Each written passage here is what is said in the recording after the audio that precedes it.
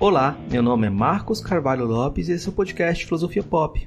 Esse é o nosso episódio número 135, recebemos a historiadora Tamara de Oliveira Rodrigues para uma conversa sobre Reinhard Koselleck. Filosofia Pop é um podcast que aborda a filosofia como parte da cultura. A cada 15 dias, sempre às segundas-feiras, a gente vai estar aqui para continuar essa conversa com vocês. Intercalando com nossos episódios normais, de quando em quando, vamos apresentar episódios de entrevistas temáticas especiais. O podcast Filosofia Pop está presente em outros canais da internet. Você pode encontrar os episódios, mais textos e informações no site filosofiapop.com.br. Temos também um canal no YouTube, perfil no Twitter e página no Facebook. No Instagram, nosso perfil é podcast Filosofia Pop, tudo junto. Você também pode mandar um e-mail pra gente no contato@filosofiapop.com.br. Faça seu comentário, dê sua sugestão, compartilhe os episódios e, se puder, participe de nossa campanha de financiamento coletivo no Catarse. O endereço é catarse.me/filosofia_pop. A contribuição mínima que pedimos é de R$5 mensais. Ajude a gente a continuar esse diálogo. Vamos então para a nossa conversa com Tamara de Oliveira Rodrigues sobre Reinhard Koselleck.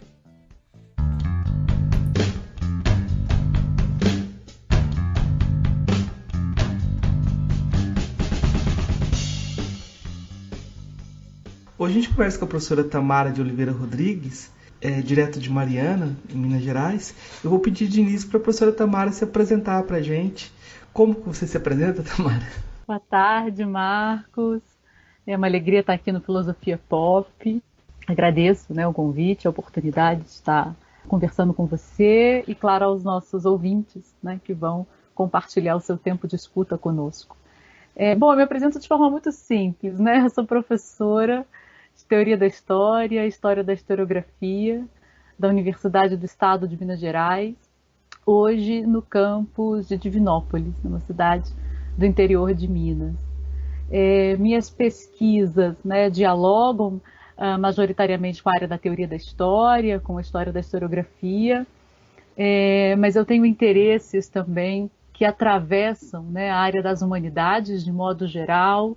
A interlocução entre história e filosofia sempre me interessou bastante, os desafios e as demandas para as humanidades hoje no mundo contemporâneo é algo que também gosto de acompanhar, e tem me interessado muito pensar atualmente as culturas, as filosofias e as histórias, os saberes populares também. Isso tem constituído um pouco dos meus interesses. Mais diretamente me interessa um pouco a música popular, mas outros objetos, aspas, também constituem os meus interesses e as minhas pesquisas. Hoje nossa conversa vai girar em torno do Koselleck, Você acabou de organizar um livro sobre a obra do Koselleck, com alguns artigos sobre ele, e eu vou perguntar de início, porque acho que ele é um autor que ele está num processo de canonização, vou dizer assim, Talvez até por isso seja bom perguntar de novo. Quem é Koselleck?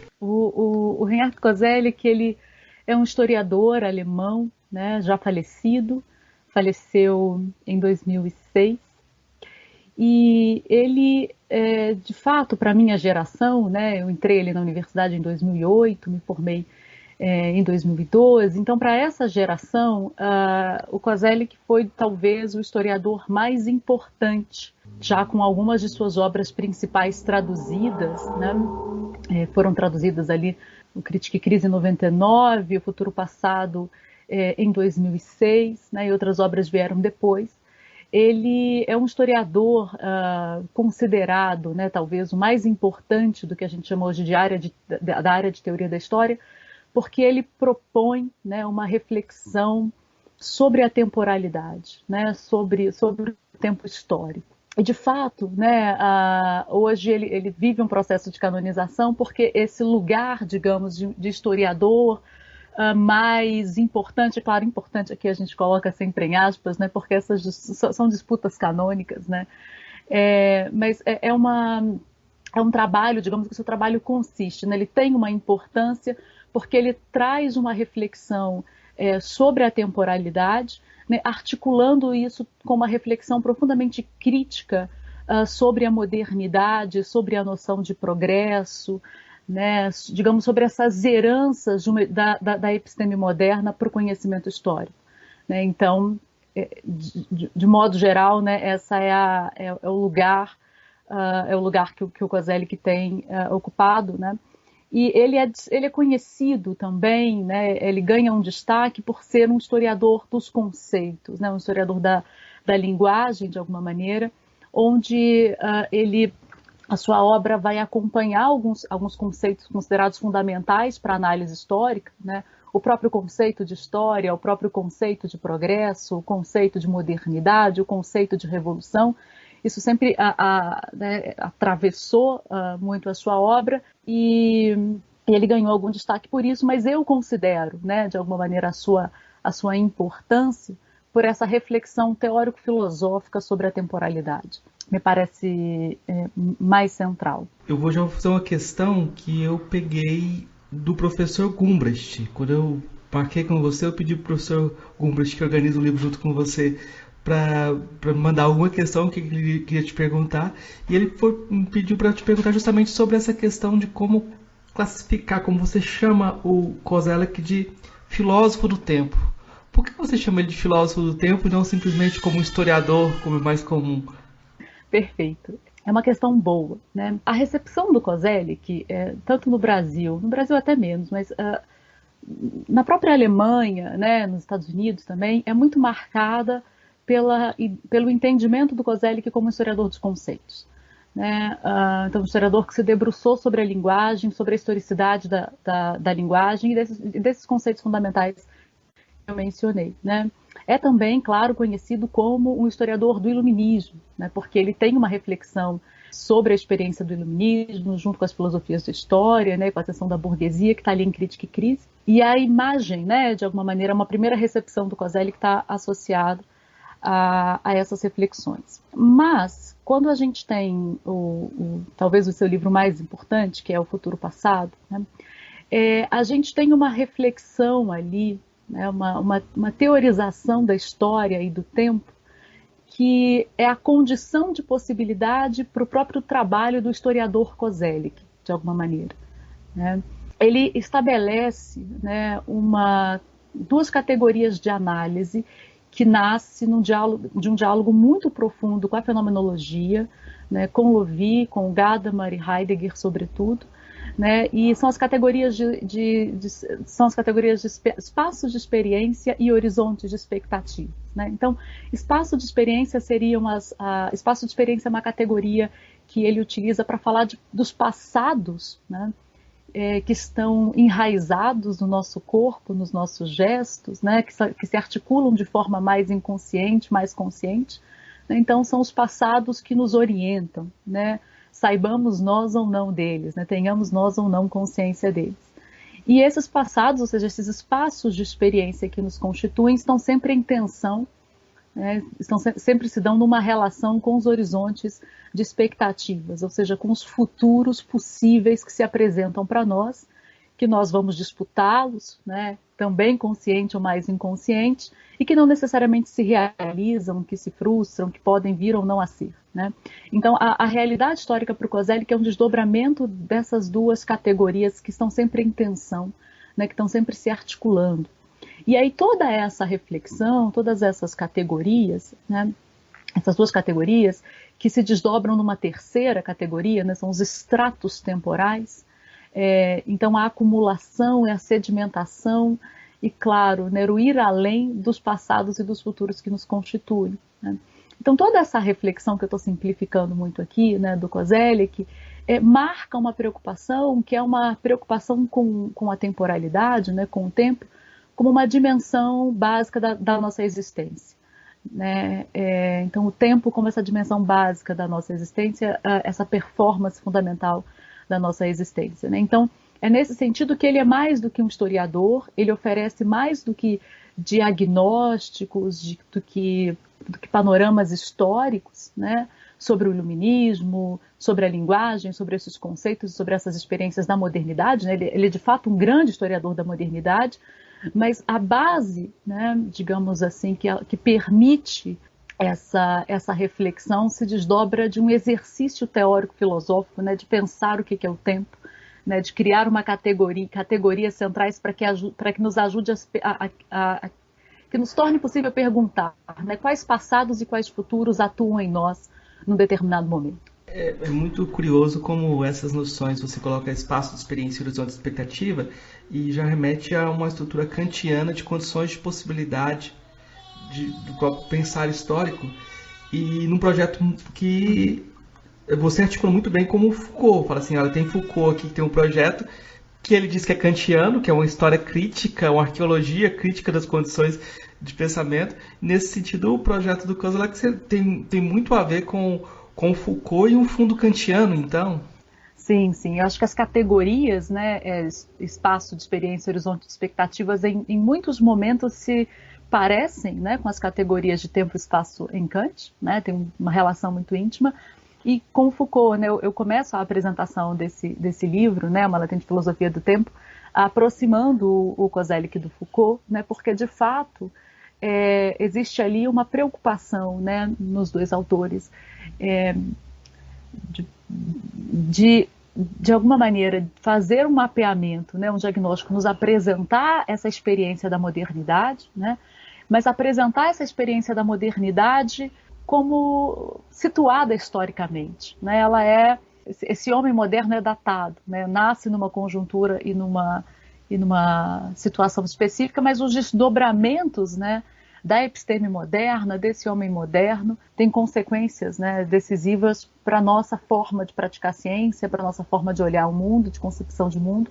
Então eles se parecem muito, né? A arqueologia do saber do Foucault e uma certa historique do Koselleck, né, uma certa forma de pensar a ciência histórica, se relacionam, né, se relacionam na medida em que eles, então, descrevem para a gente essa descoberta, aspas, da modernidade, ou seja, que concebe novas possibilidades de mundo, né, possibilidades radicais de outros mundos, ao mesmo tempo em que condiciona esses mundos, né, a uma interpretação mais linear e autoritária do tempo, a partir de uma certa noção de progresso, de razão, de universalidade. Então, eles vão desconstruindo, né, o que está na base dessa episteme, e aí o Koselleck lançando mão dessas duas categorias para fazer esse percurso. Eu vou te perguntar então como que o Koselleck explica o que é modernidade. Perfeito. A modernidade, né, para o Koselleck, então, é um fenômeno histórico, né, vamos dizer assim, determinado por uma descoberta, né, ele usa um pouco esse termo em alguns momentos, mas por uma experiência, né, na qual há uma ruptura radical, né, entre passados e futuros. Né? Então, se a experiência anterior à modernidade, né, é determinada por expectativas de futuros que não se alteraram, né, não se alterariam tão profundamente, que não seriam marcadas por transformações muito radicais no horizonte daqueles sujeitos, né? Após a modernidade, o que está em jogo é um alargamento, né, de possibilidades de mundo. Então, à medida em que por exemplo, o Estado absolutista, né, vai sendo criticado, ele vai sendo, e a Igreja também, né, esses espaços vão sendo reduzidos, novos mundos aparecem no horizonte. Um Estado socialista, um mundo sem Estado, né, um mundo anarquista, o liberalismo, enfim, outras realidades vão se apresentando e vão se disputando de forma muito radical. Né? Isso ele chama modernidade, ou seja, tem uma disponibilidade, uma hiperdisponibilidade para se lançar ao futuro, na medida em que o passado, né, os passados já sedimentados, os passados conhecidos daquela cosmologia cristã, não oferecem mais segurança, não oferecem mais repertórios de mundo para aqueles sujeitos. Então eles se lançam para o futuro, eles se jogam para o futuro, na busca então da construção desses novos mundos, né? Mas esse lançamento, esse hiperlançamento, essa hiperdisposição para o futuro vai se dando, né, a partir de um processo, né, de secularização, isso é o diálogo dele com o Lovy, né, que vai colocando no horizonte a expectativa de uma interpretação do tempo progressiva, processual, né, racional, que caminha teoricamente para um único lugar, e o Koselleck vai dizendo, então a modernidade ela tem um duplo caráter, né? Um movimento que descobre essa disposição para o novo, ou seja, que tem o futuro como um elemento fundamental da sua disposição, que exerce energia sobre esses homens, né? Ao mesmo tempo em que, à medida em que vai se caminhando para esse futuro, uma experiência muito autoritária vai se constituindo, né, a partir de uma interpretação progressiva do tempo. Né? E então a modernidade tem esse caráter ambíguo, né, esse caráter tenso de disponibilidade de futuro, mas ao mesmo tempo, né, uma perspectiva de mundo autoritária que vai, claro, denegar as diferenças. É, né? Isso que acontece com a experiência histórica moderna. Né? Ela denega as diferenças em nome de alguns projetos ideais universais de mundo. De certa forma, então, esse é um ponto central que o Koselleck separa a história como mestra da vida da história como acontecimento. E como é essa distinção? Vou pedir para você explicar, que isso é fundamental, né? Então, a diferença entre história mestra da vida e história como acontecimento, né?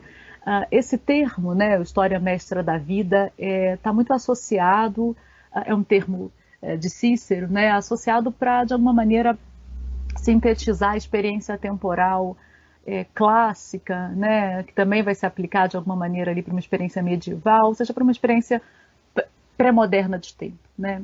Tá, na história mestra da vida, né, a história ela tem uma autoridade central. Né? O passado ele tem uma autoridade central na organização prática dos homens. Né? Então o passado ele tá muito, essa história mestra da vida está associada à retórica, está associada profundamente à vida política, à vida religiosa, aos prognósticos e basicamente, né, o passado é uma fonte de autoridade, ou seja, o passado ele só pode ser uma fonte de autoridade quando as suas expectativas, ou seja, os seus horizontes de expectativas estão muito atrelados a ele, aos seus espaços de experiência.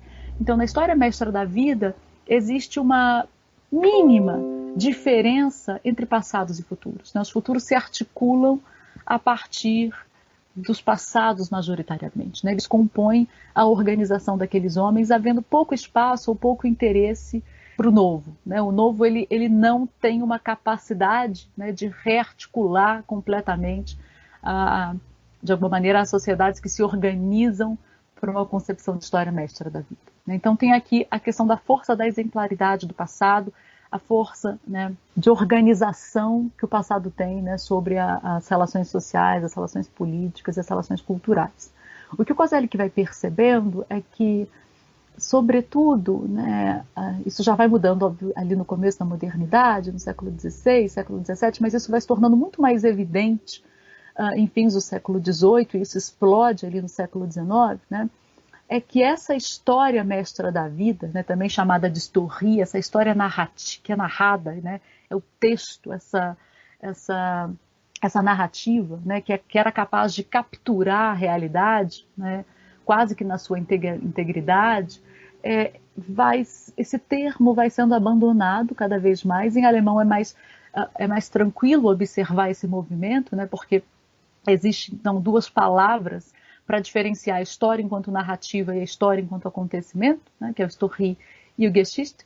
E ele vai dizendo que esse termo Story vai sendo abandonado, né, e o termo Geschichte vai se tornando o termo mais importante para se falar da experiência histórica. E aí o que está no horizonte, né? O que se transforma? É que a história, esse passado, né, à medida em que novos fenômenos vão acontecendo, e aí são novos desde a Revolução Francesa, onde isso marca, por exemplo, né, essa experiência, como uma experiência concebida ali como uma experiência de fato inédita, né, os passados não dão mais conta, aquela linguagem conhecida já não dá mais conta de oferecer uma explicação satisfatória para aquelas experiências inéditas. Né? Então a história ela passa a ser vista não como uma narrativa, né, que dá conta perfeitamente de determinados fenômenos que aconteceram, mas ela vai se apresentando, ela vai sendo experimentada como acontecimento. Né? Ela passa a se tornar um sujeito quase que autônomo. Né? Isso está muito relacionado na reflexão do Koselleck com a ideia da morte de Deus, né, enquanto processo histórico, né, enquanto fenômeno histórico, ou seja, a história ela passa a ser um sujeito ela se torna o sujeito fundamental, né, que conduz os homens, né, que teria um poder de determinação sobre os homens, sobre os sujeitos, e essa, digamos, é uma diferença, né, entre a mestra da vida e o acontecimento.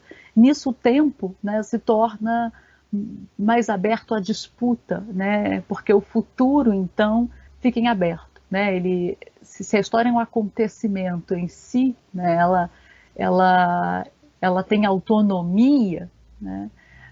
E os fenômenos já não podem ser tão controlados pela linguagem, pela narrativa, né? A história se torna esse acontecimento, né, que vai de alguma maneira levando os homens ao mesmo tempo em que eles precisam então conhecê-la, né? E aí nasce de alguma maneira a ciência histórica moderna, né?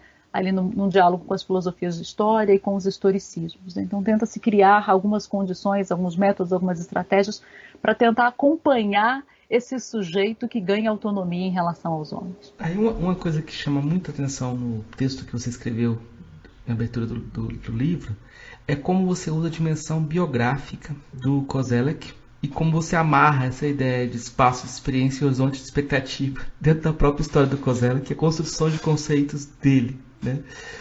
E aí a grande questão parece ser, quando você fala dessa história que conduz os homens, a questão como que Koselleck foi conduzido a se alistar no partido nazista, como soldado nazista. Queria que você explicasse um pouco dessa articulação aí, porque é um grande nó que você colocou. Perfeito. Então, vamos lá. Essa parte ela é delicada, né? Então, essa leitura que eu acabei de descrever sobre o Koselleck, né, essa ideia da história como acontecimento, foi confundida, né? A modernidade confundiu isso, associou isso a uma noção processual, né, de progresso, né? Então, que o mundo caminharia sempre para algum lugar melhor, né? E esse é um problema para ele, porque isso vai repercutir, obviamente, isso vai ter impacto direto nas experiências autoritárias, né, totalitárias do século XX, né, que é como se fosse uma cascata, né, e se aquela noção de progresso desce naquelas experiências totalitárias. Então, a geração do Koselleck, né, o Koselleck, acho que isso é importante dizer, ele pertence a uma geração de intelectuais ali na Alemanha, que a gente geralmente chama de intelectuais céticos, né, enfim, que é aquela geração que vivenciou e que de alguma maneira participou, né, do nazismo,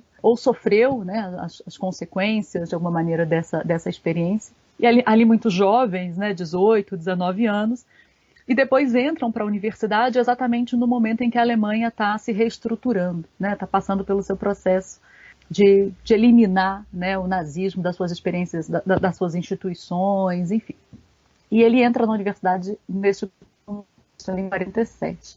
E aí a grande questão dessa geração é responder o que tornou aquilo possível, né? O que tornou aquela experiência possível, e aí por isso ele volta lá para a modernidade, vai lá nas filosofias da história, identificando ali uma espécie de gênese dessa patologia, né? E o que é curioso no Koselleck, né, é que ele vai fazendo isso, e aí ele desenvolve uma filosofia do tempo, né? Ele desenvolve categorias ali no diálogo com Gadamer, com Heidegger, mas ele nunca, de alguma maneira, pareceu justificar, ou seja, ele sempre pareceu temer a ideia de encontrar uma boa resposta, né? Porque acho que o que ele pensava é se encontrar uma boa resposta, né, que explique a ascensão do nazismo, de alguma maneira justifica essa experiência. Essa é a grande questão do Koselleck com a ciência histórica, né? Ou seja, é o grande temor dele, que os historicismos, né, que essa prática de historicizar tudo tão intimamente, é um exercício muito perigoso, né, porque você cria explicações com causas e efeitos e consequências muito satisfatórias, e isso tem um problema, né? Isso tem um risco, que é o risco de parecer que aquela experiência quase que precisou acontecer, né? Ou que aquela experiência era inevitável.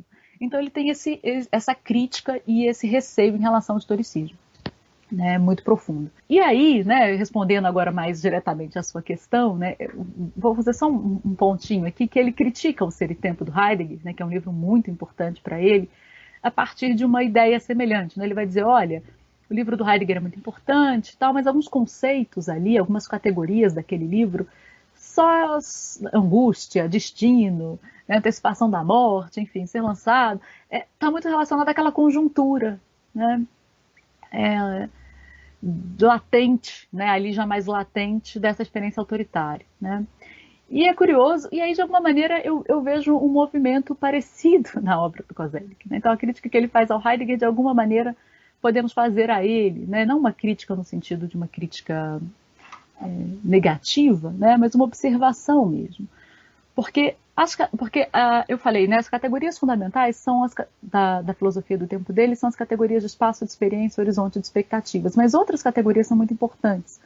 Por exemplo, a relação de assimetria entre senhor e escravo, né, que ele vai lá no Goethe, das hierarquias. Né, ele vai dizer a história é marcada por uma hierarquia do conflito, que aí tem um diálogo dele com Carl Schmitt. A história é marcada por conflito, por tensão.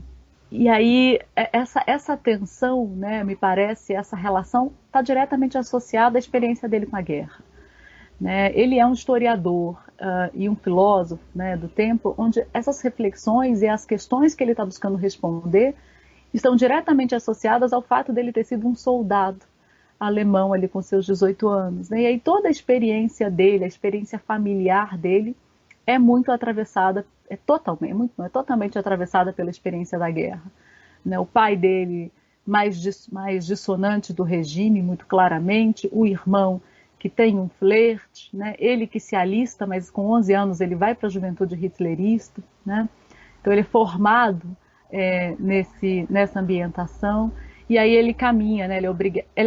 Ele se alista, é capturado pelo exército russo, e aí como parte já, né, desse processo de educação, ele, pela desnazificação, né, ele é obrigado a se confrontar com aquilo que ele não conhecia, né, que é a morte de judeus em massas em Auschwitz, e aí toda a experiência histórica dele me parece ser marcada por essa experiência, né, por como é que eu vou produzir uma narrativa, uma história, uma historiografia, um relato capaz de dar conta dessa barbárie, né, de uma história que só pode ser pensada a partir da sua desrazão, né, a partir do seu absurdo.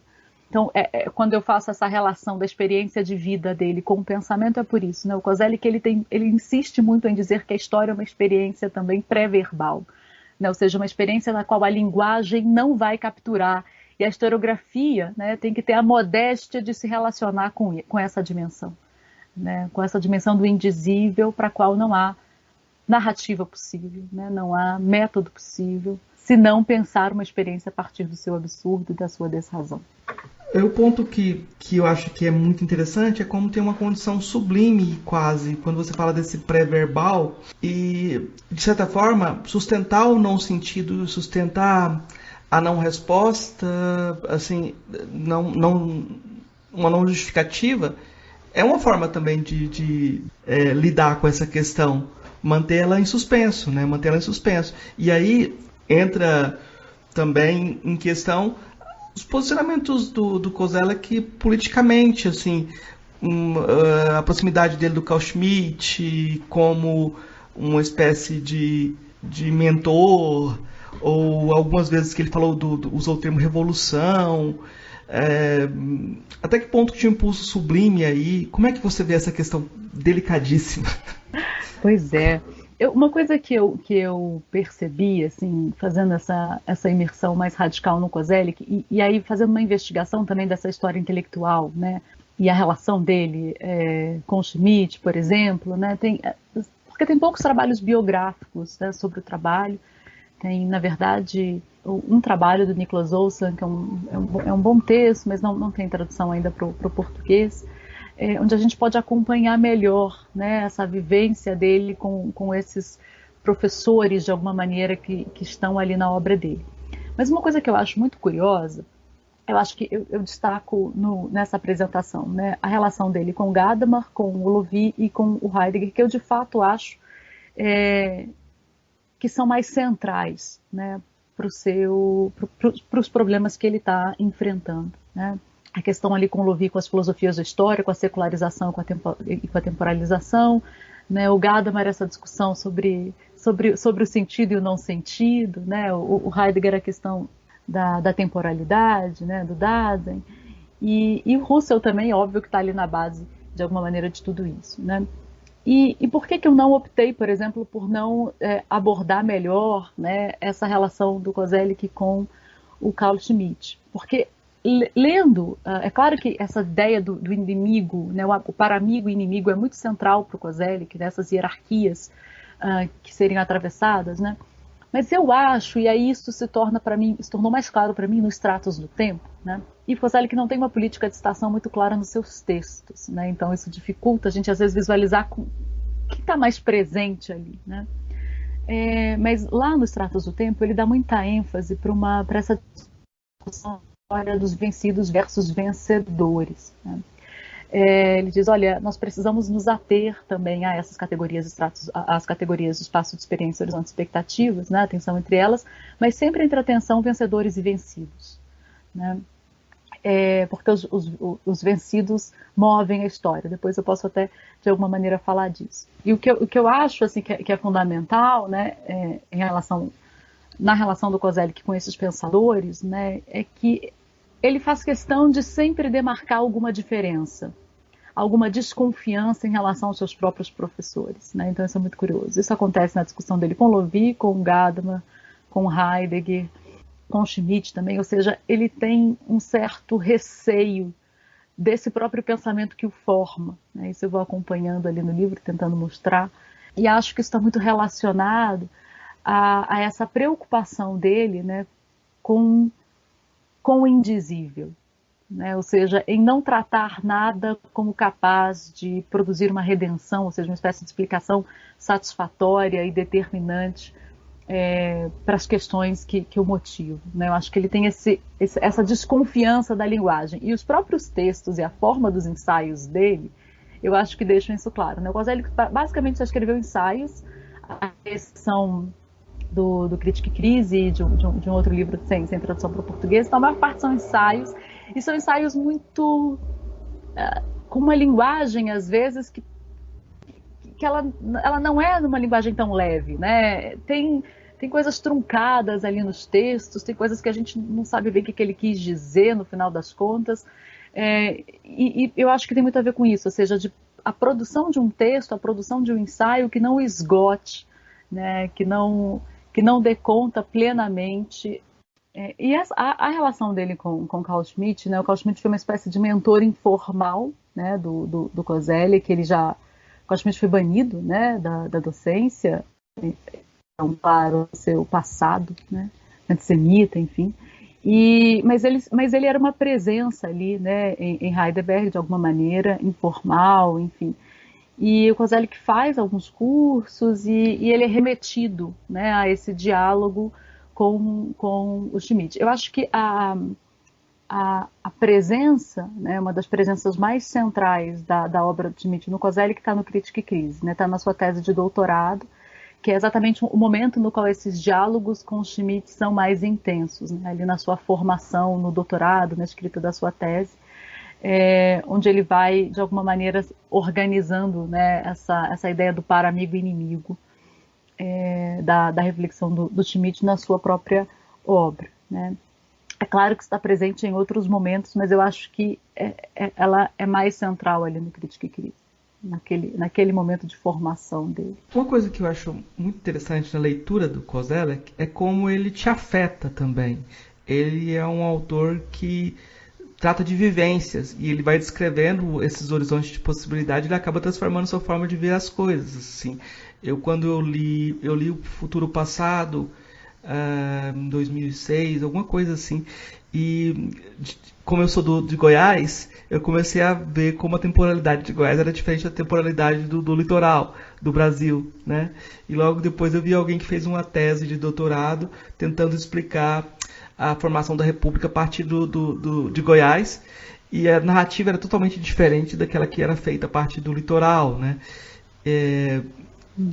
Como é que você viveu essa experiência de lê-lo? Como é que ele te afetou? Eu acho que essa é a grande contribuição do trabalho dele, né? Eu acho que esse é o ponto. Todos os autores têm pontos cegos, né? Algumas coisas, enfim, que a gente não se interessa tanto, enfim. Mas esse ponto, né, sempre me interessou, porque afinal o que ele está dizendo é que na nossa realidade, né, isso que nós somos, a nossa realidade histórica, né, ele diz no Futuro Passado, é bem bonito, né, quer saber o que é o tempo histórico? Olhe nas rugas que se formam no rosto de um homem, né?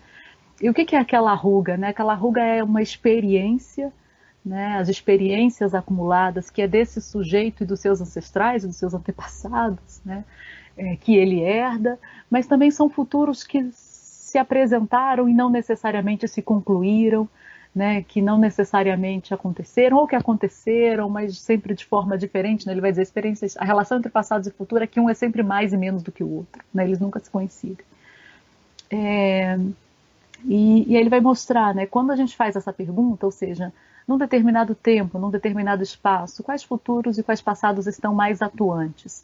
Quais se revelam mais? Quais estão latentes?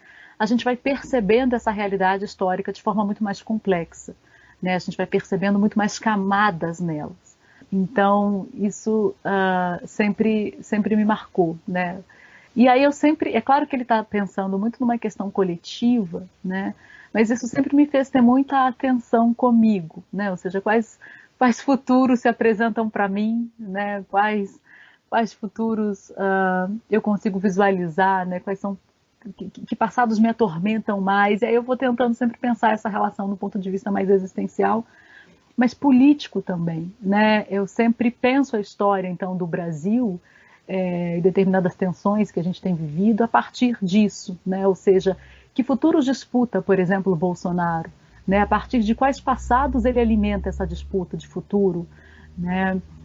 Então, estou sendo muito honesta aqui, né, na sua pergunta, como eu vou de alguma maneira operacionalizando o Coselli, né?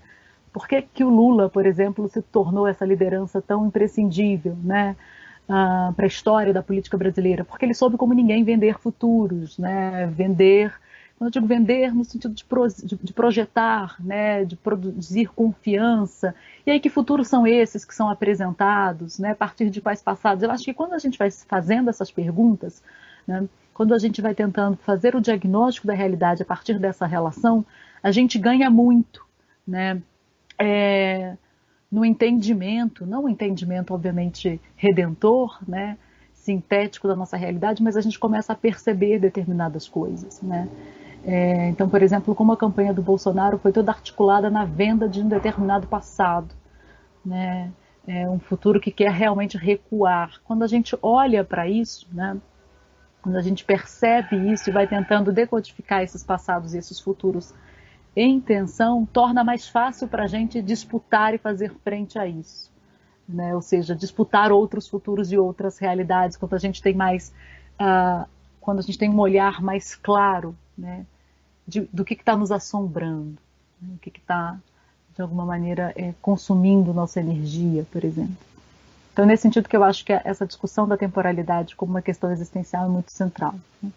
Talvez o grande paradoxo, o grande problema que a gente tem é como articular um futuro que não seja esse futuro utópico. Você fez um texto sobre isso com o professor Marcelo Mello. Eu queria que você comentasse um pouco sobre essa dificuldade de pensar o Brasil fora desse horizonte da utopia. Como é que você vê isso?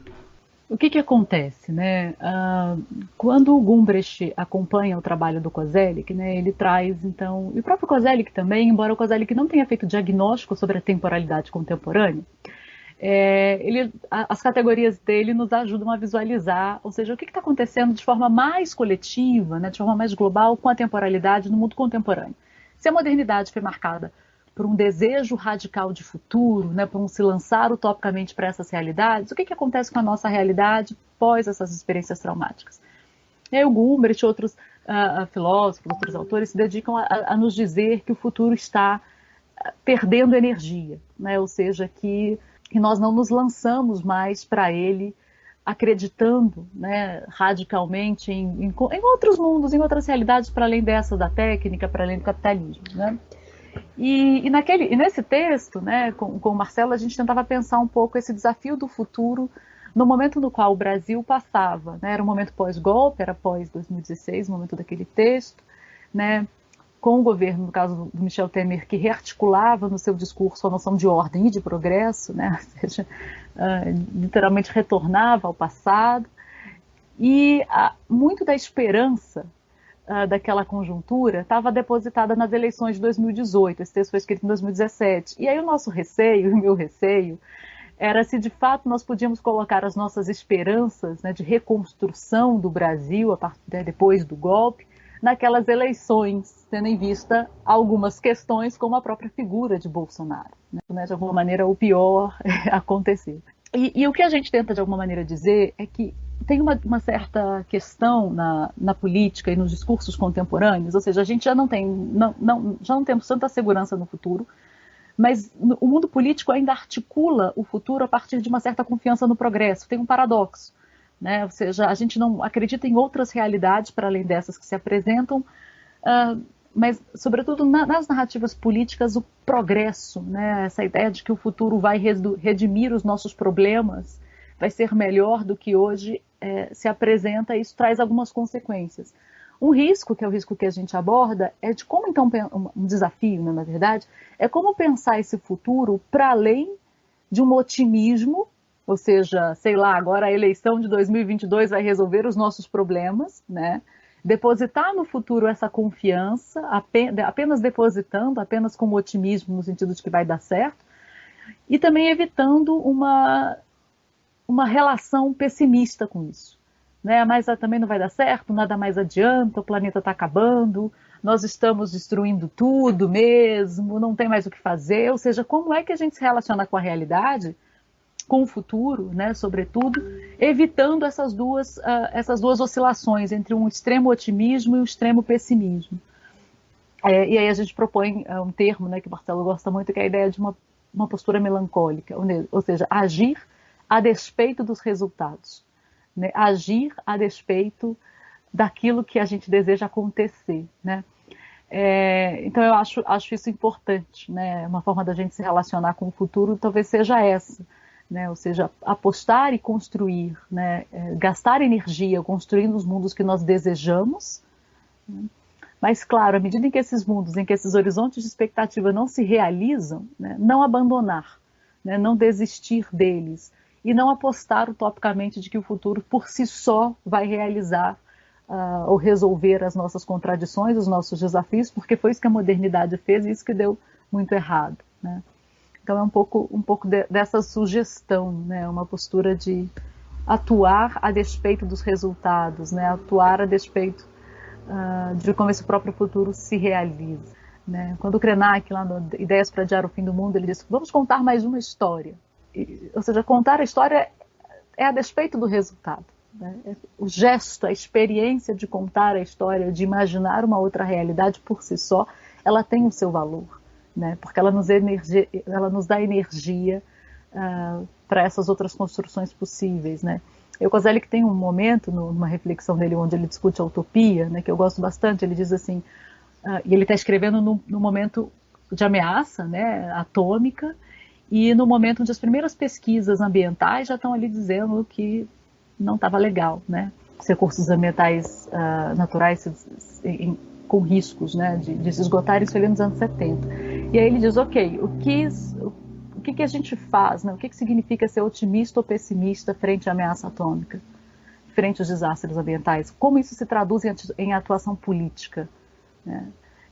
O pessimismo e o otimismo ingênuo, eles são muito autoritários, né? Porque eles então querem que a realidade se comporte a partir das suas expectativas, né?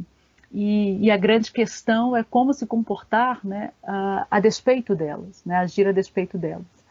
Então, eu acho que essa discussão, né, nos interessa muito, né? Como dar conta dos desafios que a gente tem no Brasil a despeito dos nossos ânimos, né?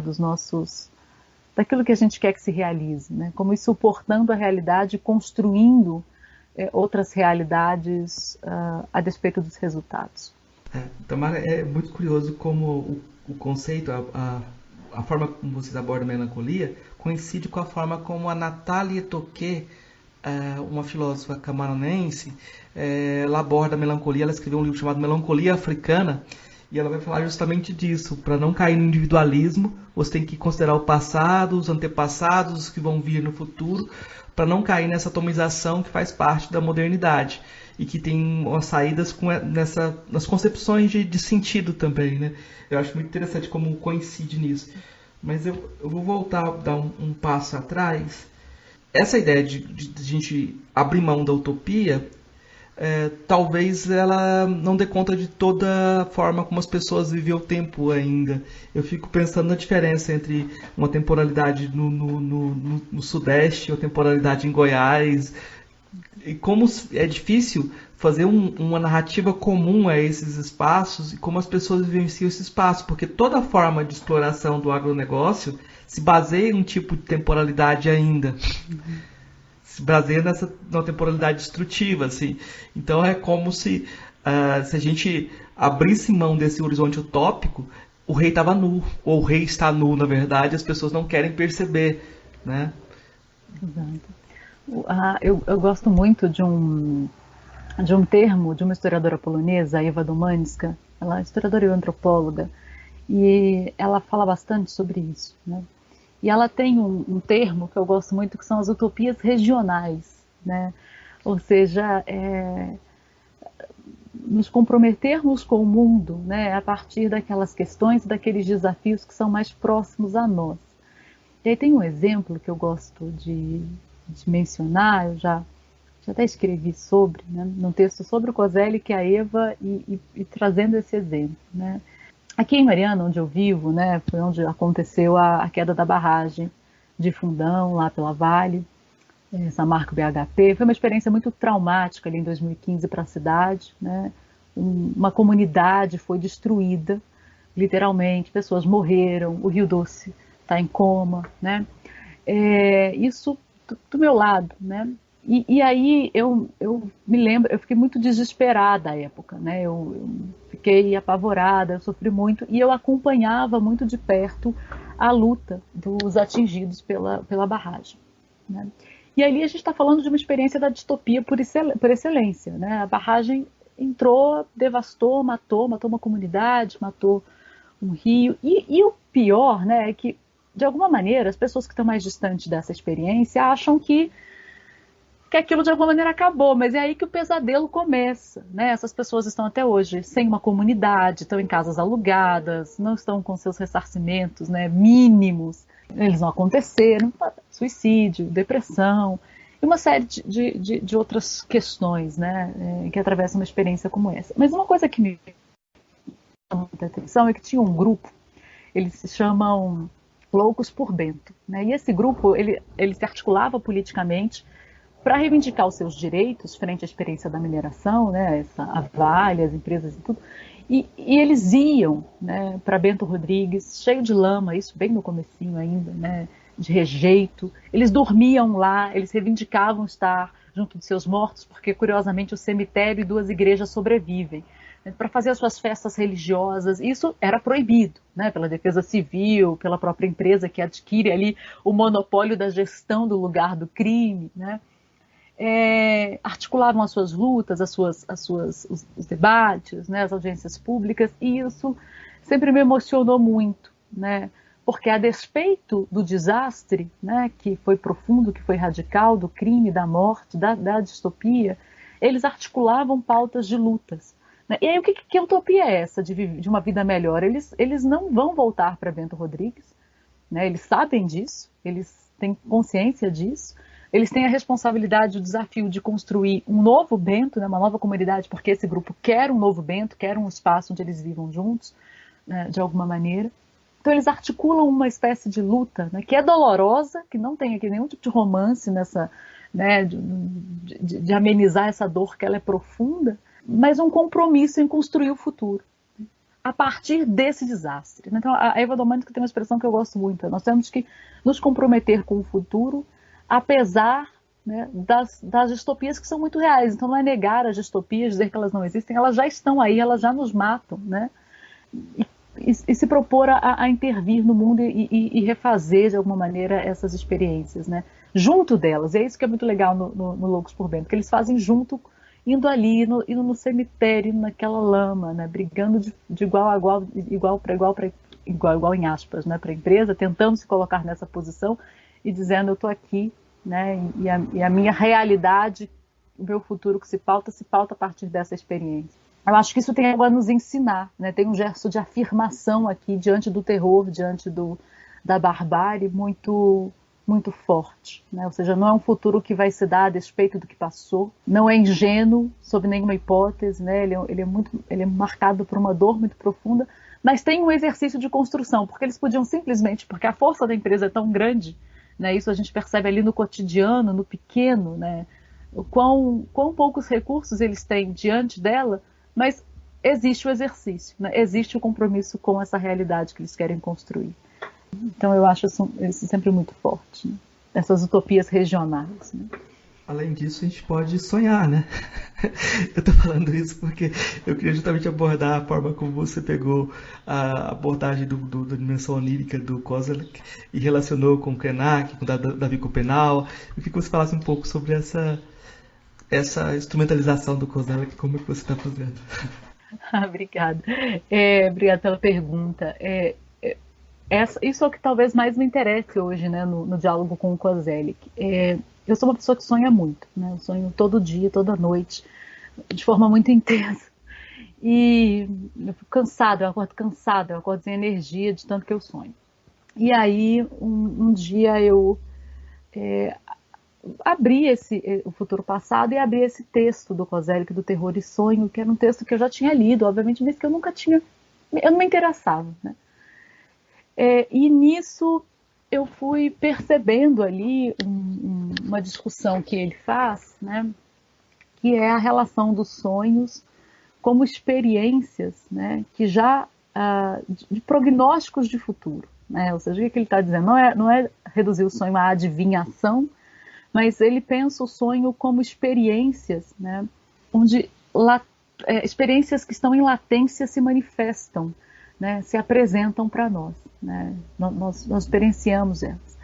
E aí, ele está, obviamente, esse texto dele está relacionado a um livro de uma jornalista alemã, Charlotte Berard, judia alemã, que em 1966 ela publicou os Sonhos do Terror, né, os Sonhos no Terceiro Reich, que são sonhos de alemães que estavam na contramão do regime, e são sonhos coletados entre 33 e 39, né, então ali no período de ascensão do nazismo. E esse livro, quando publicado em 66, ele causa um impacto muito profundo no Koselleck, porque é como se aquele livro, de alguma maneira, provasse uma hipótese em relação à experiência histórica, né? Ou seja, dessa dimensão pré-verbal, pré-linguística da experiência histórica, né? Ou seja, as experiências estão aí, né? Experiências e expectativas estão aí tensionando em nós e a gente não necessariamente visualiza e tem dimensão delas, né? E aí o corpo assimilaria isso de forma mais inicial, né? Ele vai dizer, então, o sonho é um espaço onde isso se apresenta. E aí nesse texto, né, que é o primeiro texto onde ele faz essa reflexão sobre a Berardo, ele vai mostrar, ele vai argumentar, ele vai defender, então, os sonhos como uma espécie de não fontes, porque ele não está advogando aqui para uma história social, uma história cultural política dos sonhos, né, mas sonhos como uma analogia, como uma mostra mais radical do que a experiência histórica. A experiência histórica é como um sonho, né, ela não tem um sentido estruturante, né? Ela tem ali experiências e futuros que se articulam numa determinada temporalidade, ela inverte inclusive passados e futuros, né? Ela não tem lógica, ela tem uma desrazão. E aí ele escreveu alguns outros textos que vão dialogar com a questão onírica. Ele escreve o prefácio para o livro da edição francesa da Charlotte Berard. Nessa coletânea tem ele também aborda o ficção e realidade histórica, onde ele também fala um pouquinho dessa questão da dimensão onírica, né?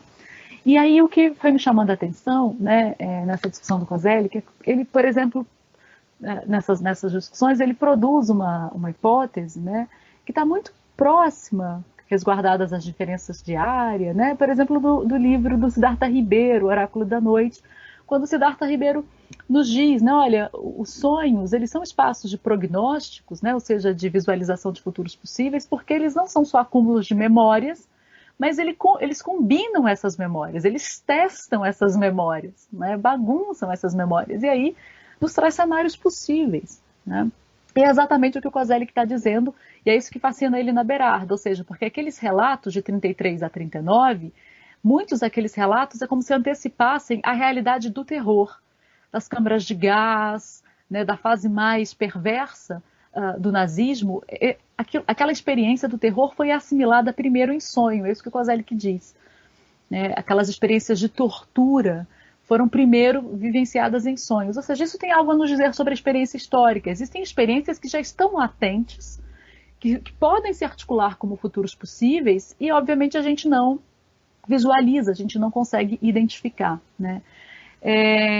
Então aí eu vou fazendo um pouco essas leituras e aí, obviamente, é inevitável, não se pode, né, estudar a experiência onírica e não conhecer as reflexões, as filosofias ameríndias, né, dos saberes ameríndios, porque nessas sociedades os sonhos é um lugar fundamental, né? Ele é o lugar estruturante a partir do qual o conhecimento se apresenta, né? A partir do qual o conhecimento pode ser descoberto, né?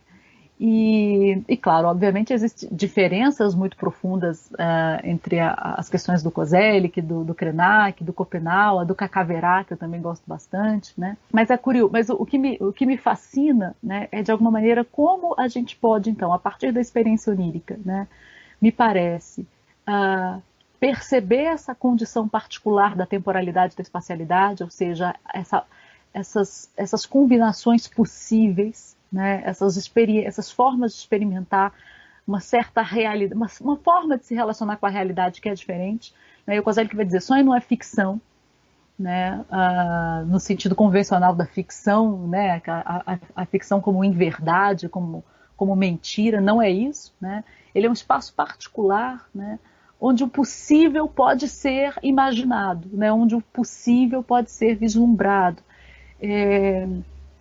E pode se tornar concreto, né? Aquilo pode vir a ser de fato. Então o sonho aí se apresenta como um espaço de percepção dessas realidades latentes, dessas dimensões históricas que estão de alguma maneira ocultas, obscurecidas, que estão, né, menos ativas, menos acordadas no mundo da vigília. Então pode ser um lugar interessante para que a gente conheça melhor a nossa realidade, né? Prestar atenção nos nossos sonhos pode nos dizer muitos das dimensões afetivas, existenciais, históricas, né, do nosso mundo da vigília. E pode também ser um espaço, né, de imaginação e de criação de outras realidades, né? Pode nos inspirar para esses caminhos, né? E aí a pesquisa, eu tenho avançado um pouco, né, sobre essas discussões oníricas, né? Ou seja, pensar essas experiências como testemunhos, né, como testemunhos históricos particulares, mas não um testemunho no sentido de que apenas registra uma determinada experiência temporal, mas que interfere na realidade, né? Então, sonhos interferem na realidade, eles lançam questões, né, lançam ações, lançam afetos, né, eles despertam o nosso corpo para outras possibilidades. E aí, é nesse sentido que o Krenak, o Schopenhauer, né, o Kakaverá são centrais, né, porque aí eu acho que eles, obviamente, partem, né, de mundos que estão acostumados a compartilhar a sua realidade com o sonho, né? A sua realidade é também sonho. E ali ouvir os ancestrais, e ali ouvir os antepassados, né? Tem uma escuta muito sábia para os passados que os constituem, né, na produção desses futuros, que eu acho que que é muito bacana, né, e que eu acho que a gente pode aprender, né, para que os nossos sonhos não sejam só espaços de terror, como no caso é o texto sobre o qual Koselleck se debruça, né, sonhos então de uma experiência autoritária, sonhos dolorosos, mas para que eles sejam também espaços de descoberta e construção de mundos menos difíceis, né, menos traumáticos. Quando eu terminei de ler seu texto, eu fui entrar em contato com o Gumbert, eu comentei com ele que aqui na minha cidade, Jataí, tem um herói de guerra. O tenente Guiomar Menezes participou da Segunda Guerra e ganhou várias medalhas, mas logo depois da Segunda Guerra ele faleceu e fizeram uma estátua de bronze dele na praça principal da cidade, só que fizeram o tenente Guiomar Menezes rindo. Então o herói de guerra ficava rindo, e aquilo para mim foi sempre muito deslocado, né? Como é que você vai levar a sério o herói de guerra que está sempre rindo? E depois de uma reforma ultimamente, esconderam essa estátua num canto, fizeram um painel maior e tal, mas no fundo tem uma impossibilidade de pensar radicalmente o que é a guerra também. É como se houvesse no horizonte de sentido, no nosso espaço de experiência, o horizonte de expectativa, a gente não conseguiu configurar ou configurou de uma forma atravessada, né? E eu fico vendo você falando, e a minha provocação também com esse exemplo era muito pensar até que ponto que o Koselleck, que sempre fala que se afasta do relativismo, quando a gente instrumentaliza ele aqui no Sul, quando a gente instrumentaliza a partir de outros horizontes, de outros autores, a gente não acaba complicando esse jogo dele, né? Da questão do relativismo. Como é que você vê isso? Eu não sei se eu vou te responder bem, né? Mas acho que o que você está me perguntando, ou seja, até que ponto ele é um autor que efetivamente dá conta das nossas questões, né? Eu acho que instrumentalizando ele dá conta.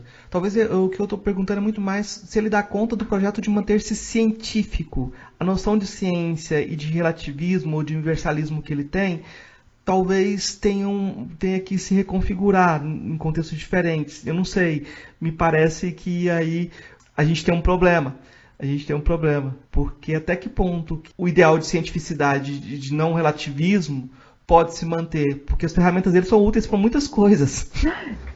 Entendi, é verdade. Eu acho que existem dois Kosellecks, assim, acho que é possível, acho mesmo, assim, que é possível a gente identificar algumas questões, né, na obra dele. Eu acho que tem um Koselleck muito preocupado com a ciência histórica, né, ou seja, com o futuro da ciência histórica no mundo pós-historicista, né? Ou seja, no mundo que não vai ter mais a preocupação de historicizar tudo. E ele é muito, e parte dos textos dele estão muito preocupados em responder e dar conta disso, né? Em como formular isso, em como dar conta disso, né? E aí eu acho que, claro, ele está pensando na ciência histórica de forma muito convencional. Ele está pensando na ciência acadêmica, na ciência histórica como a ciência que é produzida na universidade. Mas, ao mesmo tempo, tem um paradoxo muito engraçado, que talvez esse seja o Koselleck que me interesse mais, que quando ele insiste, então, nas dimensões pré-verbais, quando ele insiste, então, que não há síntese possível, que a narrativa nunca vai dar conta, no fundo ele já está apontando para a impossibilidade de uma ciência histórica, né? Eu acho que talvez esse seja o grande drama, porque talvez seja isso que ele não tenha tido condições de admitir. E essa é uma impressão, assim, uma hipótese, né? Porque o Koselleck, a formação intelectual dele é curiosa, porque ele é um historiador, mas que manteve diálogo basicamente com a filosofia, né, na sua formação. Isso na Alemanha, no momento no qual ele escreve, é ruim, porque digamos, a história mais social e a teoria da história, naquele contexto, estavam em polos muito opostos, né? A história social não via bem a teoria da história, como um campo. Então, ele nunca assumiu essa atenção, né? Assim, ele é um teórico da história, claro. Mas essa relação, inclusive, que ele tem com a história dos conceitos, né? Digamos, é para tentar se apresentar como um historiador. Para tentar não, ele é. Mas um historiador mais técnico, né? Um historiador, então, que apresenta diagnósticos sobre o passado e tal. Mas isso sempre foi isso, esse autor, esse biógrafo, né, intelectual dele, que é o Niklas Olsen, explora muito isso na trajetória dele, essas tensões entre uma certa história social, entre uma teoria da história que é muito íntima e muito próxima à filosofia, né? E aí eu acho, né, que no fundo isso fica aberto no Koselleck, né, porque ao mesmo tempo em que parte do significativo do trabalho dele, então está querendo criar categorias, está querendo criar instrumentos para uma ciência histórica, ou seja, para que a ciência histórica não desapareça, para que ela não perca a sua legitimidade, né? Ele cria, então, reflexões para nos dizer o quanto a temporalidade é importante, né? Por outro lado, parte significativa dos seus trabalhos estão dizendo, mas é insuficiente, né? E vai ter sempre uma dimensão da insuficiência, mas que ele não articula, né? Eu acho que ele não diz tão claramente sobre isso, né? Ou não fala, por exemplo, mais junto à filosofia como ele poderia, né? Por isso que eu e o Gumbrecht, a gente optou, né, por uma latente filosofia do tempo, ou seja, não sei até que ponto, né, em alguns momentos ele aposta, né, com mais clareza nesses limites da ciência, né, nos limites, sobretudo, da historiografia, no que tange a sua capacidade de narrar, né, de produzir narrativas sobre determinadas experiências históricas. É curioso, tem um episódio, isso o Gombrich conta, né, nesse texto do Terror e Sonho, quando o Koselleck apresentou esse texto, que é onde ele está falando então das questões da impossibilidade da linguagem, né, dos limites da linguagem, das experiências de latência, né, da tensão de futuros possíveis que se apresentam nos sonhos.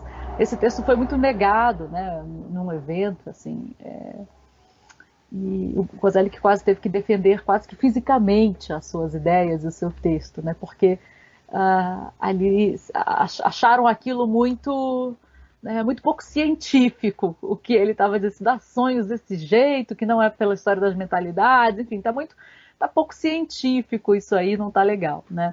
E aí ele escreve pouco mesmo, se a gente pensar, ele levou pouco à frente esse tema, né? Eu acho que isso está muito ligado a essas relações que foram se construindo ali, né, no seu percurso de história intelectual. Porque se a gente for levando essa discussão dos sonhos à frente, né, e algumas outras questões, no limite vai se apresentar uma impossibilidade, né, que eu gosto, né, que eu gosto dessa parte, eu gosto desses limites, né, da gente pensar mais os limites das nossas ciências, né, do que das suas possibilidades, né. Eu acho que a gente já fez um percurso bom, já trazemos o Koselleck para casa, ele está no Brasil agora, já estamos debatendo com ele. Mas eu vou te fazer 3 perguntinhas que eu faço para todos os convidados, e aí você responde como você achar melhor, porque são perguntinhas pequenas, mas são perguntinhas complicadas.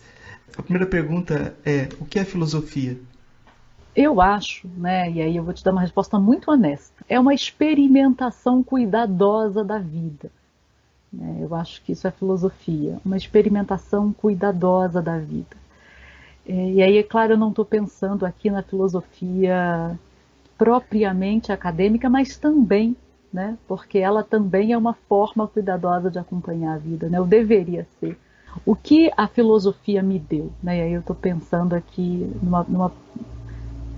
as minhas questões são todas muito existenciais, né, a forma como eu trabalho, e aí é inevitável não responder, né? O que a filosofia, o que a história me deu, né, foi uma forma de me tornar mais complexa. E aí, quando eu digo mais complexa, não é num sentido bobo, né, assim, de uma complexidade boba, mas de uma complexidade que vai me ajudando, inclusive, a me tornar mais simples, né, a ir acompanhando mais pacientemente a vida. Eu acho que isso é a filosofia, né? A filosofia, a sala de aula, a história, né? Se ela não nos servir para isso, não há de nos servir para muito mais. Quando você falou assim de uma forma muito honesta, eu pensei, Rousseau. Mas, das filósofas ou filósofos que você conheceu pessoalmente, qual foi o que mais te impressionou? Pessoalmente, nossa, é difícil porque tem muita gente boa. E aí e essa questão, né, também de considerar a filosofia também esses figuras do meu cotidiano, né, que não têm necessariamente uma formação acadêmica, mas que me trazem uma sabedoria muito profunda. Então eu vou então dizer também, de novo, de uma perspectiva muito existencial. Ananias é o meu pai de santo, né? Meu Baba Laorixá, e eu acho que ele é o filósofo que talvez mais tenha me causado impressões profundas, questões profundas, né? Com o olhar e com as questões dele. Teriam muitos outros, mas vou citá-lo, né? Vou citá-lo como filósofo. Tá ótimo. E qual é o seu filósofo ou filósofo preferido de todos os tempos? Aí para mim já é mais fácil, assim, porque dentro de uma filosofia mais convencional, definitivamente Nietzsche. Né? Aí eu no preferido, no sentido de gostar de estar junto, de estar ali lendo, de estar ali pensando junto, Nietzsche ganha ciência, definitivamente. Tá ótimo, Tamara. No final toda entrevista a gente pede indicações para os nossos ouvintes, do que você quiser indicar de livro, música, filme, o que você achar interessante de fazer indicação. Olha, então eu vou começar fazendo a indicação desse livro sobre o qual a gente conversou hoje, né? Que é uma organização junto com o professor Gumbrecht, com tradução do Luiz Costa Lima, de alguns ensaios inéditos do Kozelik, uma latente filosofia do tempo. E um livro que eu acho que todo mundo tinha que ler no Brasil é Poncia a Vicêncio da Conceição Evaristo. Já é um clássico, mas eu gosto de reforçar, assim, acho que todos deveríamos ler e reler este texto que a gente vai às lágrimas. O Arruaças do Rafael Dotto Lobo, do Simas e do Rufino também. Uma leitura deliciosa. Vou indicar o portal HH Magazine e você explica o que é. Oh, obrigada! Esse portal, e aí a gente convida também os ouvintes para fazerem parte dele, né? É um portal de história pública, HH Magazine, Humanidades em Rede, onde a gente procura, né, ser um espaço onde os acadêmicos, não acadêmicos, possam testar linguagens, possam compartilhar suas questões, seus trabalhos, suas experiências, a partir de linguagens mais próximas ao ensaio. Tem podcast, tem vídeos, tem séries, enfim.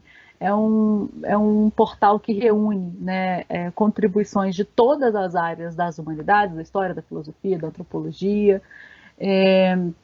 onde a gente procura, né, transformar as humanidades, né, deixar as humanidades mais próximas das pessoas, né? Isso é um espaço também para que os próprios acadêmicos, estudantes, professores também se descubram como escritores, né? Que possam compartilhar as suas questões em linguagens um pouco mais democráticas. Então fica o convite e toda a contribuição é muito bem-vinda, é um portal aberto. Eu acho que é necessário indicar o Futuro Passado do Kozelek, né? Porque os Tratos do Tempo também, eu inclusive gosto mais do que o Futuro Passado em certo sentido, né? Acho que já são ensaios onde Kozelek revisita algumas questões do futuro passado. Eu comecei a ler, a questão da experiência histórica ali no início é muito interessante, porque se você entra no jogo dele, você rompe com todas essas linearidades, circularidades e abre quer dizer, abre o horizonte, não quebra o horizonte todo. Talvez seja o grande jogo aí. Eu tinha notado outra citação, outra referência aqui. Claro, um artigo que a gente citou aqui chama Temporalidade e Crise sobre a impossibilidade do futuro e da política no Brasil e no mundo contemporâneo, do Marcelo Melo Rangel e da professora Tamara, né? Então é um dos ensaios que a gente citou aqui, e tem um ensaio da professora Tamara também, articulando o Kozelek, o Krenak e o Davi Copenau. Eu acho que são dois. Quem gostou da conversa pode ir atrás desses ensaios, eu não sei se é melhor ensaios ou artigos, eu vou chamar de ensaios. Eu prefiro ensaios. Eu também. Então, pode ir atrás desses textos, tem coisas interessantes aí, e já fazendo essa contextualização da conversa aqui também, né? É uma chave para continuar a conversa também. Então, eu vou deixar o espaço aberto para a professora Tamara fazer as considerações finais, divulgar o que ela quiser divulgar, agradecendo também pela aula de hoje também, pelo grande diálogo. Olha, Marcos, eu só quero agradecer a você e, claro, né, as pessoas que estão nos escutando até aqui, pelo tempo, pela paciência, pela escuta, né? A escuta é rara, né? Ela tem se tornado rara. E pela oportunidade de estar aqui revendo questões, revendo um autor que foi muito central na minha formação, né? Tem uma importância ainda muito, muito grande para os trabalhos que eu faço, me colocando questões difíceis, né? Que é difícil assim, a gente responder, vem a questão, a gente já tem que estar mais ou menos preparado para dar essa resposta, e nem sempre nós temos, né? Eu acho que essa modéstia às vezes nos falta, né? Dizer não sei bem, precisaria de tempo para pensar. Claro que eu teria que responder a todas, mas são respostas muito limitadas também, né? São então eu agradeço muito a oportunidade, a generosidade de estar aqui hoje com você, nessa tarde quase chuvosa em Mariana. Eu acho que a coragem também de enfrentar essa incompletude também é muito importante. Então eu agradeço muito por essa coragem de falar de um autor tão difícil assim. E é um desafio mesmo conversar sobre esses autores. Assim. Muito obrigado, Tamara. Uma ótima conversa. Obrigada a você, Marcos. Ei, gostou do nosso episódio? Apoia a gente lá no Catarse, é só R$5 por mês, o preço de um cafezinho. Ajuda a gente a continuar divulgando a filosofia no Brasil. catarse.me/filosofia_pop.